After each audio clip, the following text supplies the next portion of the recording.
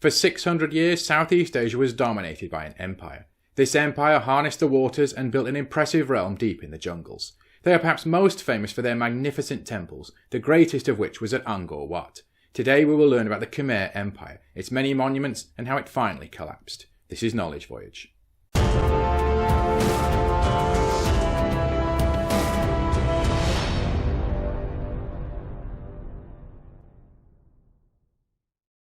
The Khmer Empire is now associated with Cambodia, but at its peak it controlled vast tracts of what is now Cambodia, Laos, Vietnam and Thailand. The Khmer Empire was rich, well organised and a powerful player in Asian politics. But how did this happen?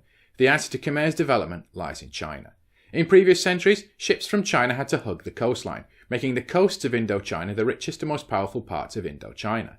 But as shipping technology developed, vessels could now cross the open sea without needing to hug the coasts. This led to power shifting away from the coasts and deeper into the interior and the jungles. The fertile Mekong River delta allowed for intensified rice growing, which allowed a boom in population and with it greater social organisation. The Khmer Empire quickly developed from this, and central to the Khmer Empire was religion.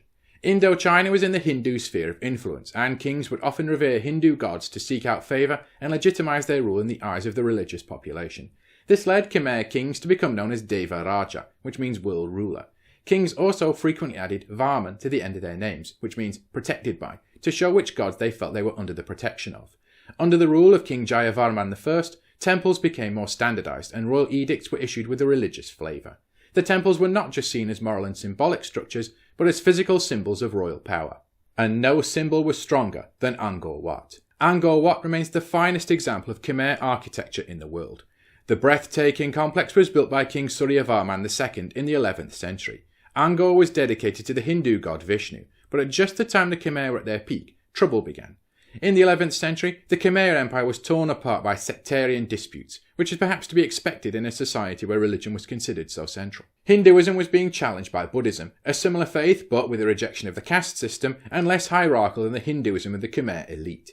These sectarian feuds were briefly moderated by Angor Wat's builder, Jayavarman II. But just a century later, Mahayana Buddhism had displaced Hinduism as the core faith of the rulers.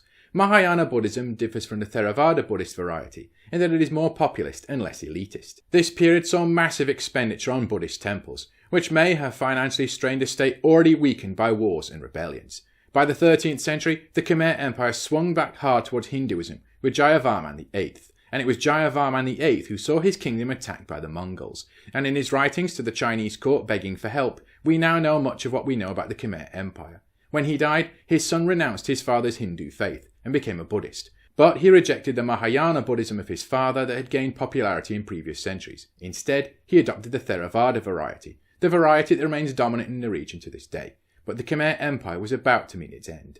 The growing power of Siam, modern Thailand, pushed the Khmer back. The Khmer Empire finally collapsed in the 1400s, thanks to the Black Death, the collapse of the rice crop, and rebellions becoming too much. But before it did, the Khmer managed to recapture the lost city of Angor Wat from the Siamese. To celebrate the victory, the city was renamed Siam Reap, which means Siam defeated in the Khmer language. Angor Wat remains the Khmer Empire's most famous achievement, even featuring on the modern Cambodian flag. The Khmer Empire is not well known in the West, but its achievements deserve to be remembered. Thanks for watching everyone, don't forget to like, share and subscribe. Thank you.